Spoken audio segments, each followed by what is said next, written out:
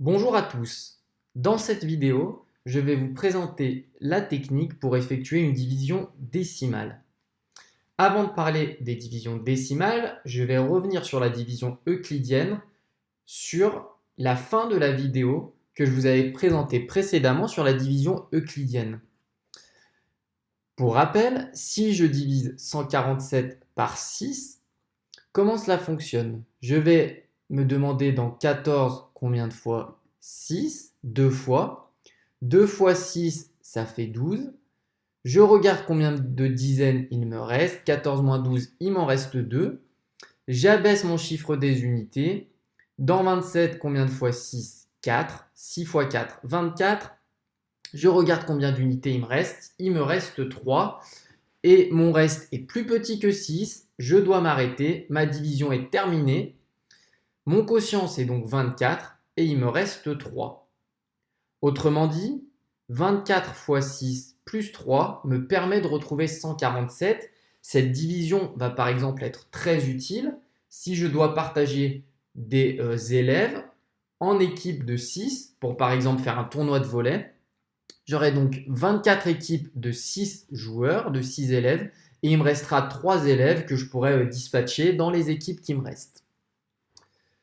Mais si je change l'énoncé de mon problème et que je m'intéresse cette fois à de l'argent, eh ben, je vais pouvoir aller plus loin avec les mêmes nombres. D'où l'intérêt d'une division décimale. Pourquoi? Puisque quand je travaille avec de l'argent, je peux aller jusqu'au centime avec 2 chiffres après la virgule. Donc là, c'est vraiment les données de l'énoncé qui vont me permettre de choisir si je fais une division euclidienne, quelque chose que je ne peux pas partager, ou décimale. Le fonctionnement de la division décimale est presque similaire à celle de la division euclidienne.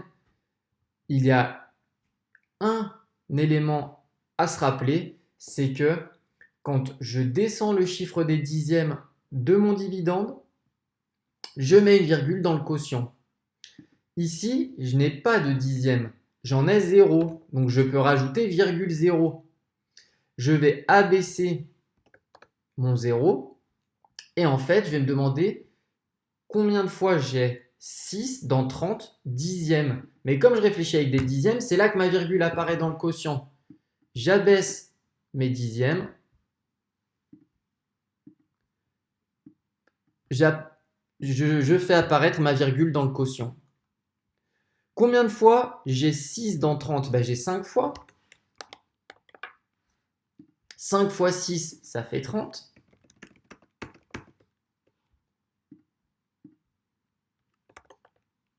Pardon.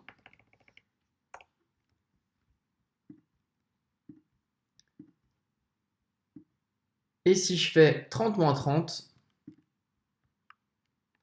il me reste 0. Et là, mon reste est nul, il est égal à 0, ma division est terminée, ça ne sert à rien de la continuer.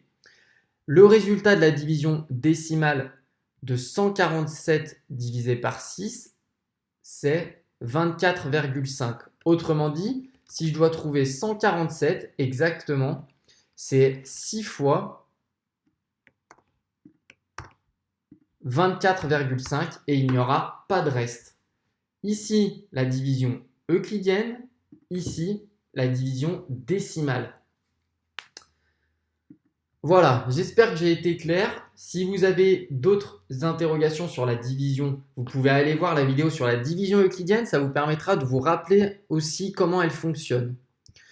Je finis avec un autre type de division décimale. C'est une division décimale où on a déjà un nombre décimal pour le dividende. Ici, je ne vais donc pas avoir à descendre un 0. Je vais par exemple avoir 147,6. De la même manière, quand je vais abaisser mon virgule 6, quand je vais abaisser mon chiffre des dixièmes, c'est là que je vais mettre ma virgule dans le quotient. Ok, la seule différence, c'est qu'à la place de descendre un 0, je vais descendre un 6. Puis, même question, dans 36, combien de fois 6? 7 fois 6, puisque 6 fois 6, ça fait 36. Et mon reste, c'est bien 0. Donc, il n'y a pas de différence entre une division décimale où le dividende est un nombre entier, seulement j'abaisse un zéro, ou alors quand mon dividende est un nombre déjà décimal, et dans ce cas, je vais abaisser le chiffre qu'on me propose. Voilà, j'espère avoir été assez clair et je vous souhaite un bon courage sur les divisions décimales. Allez, au revoir.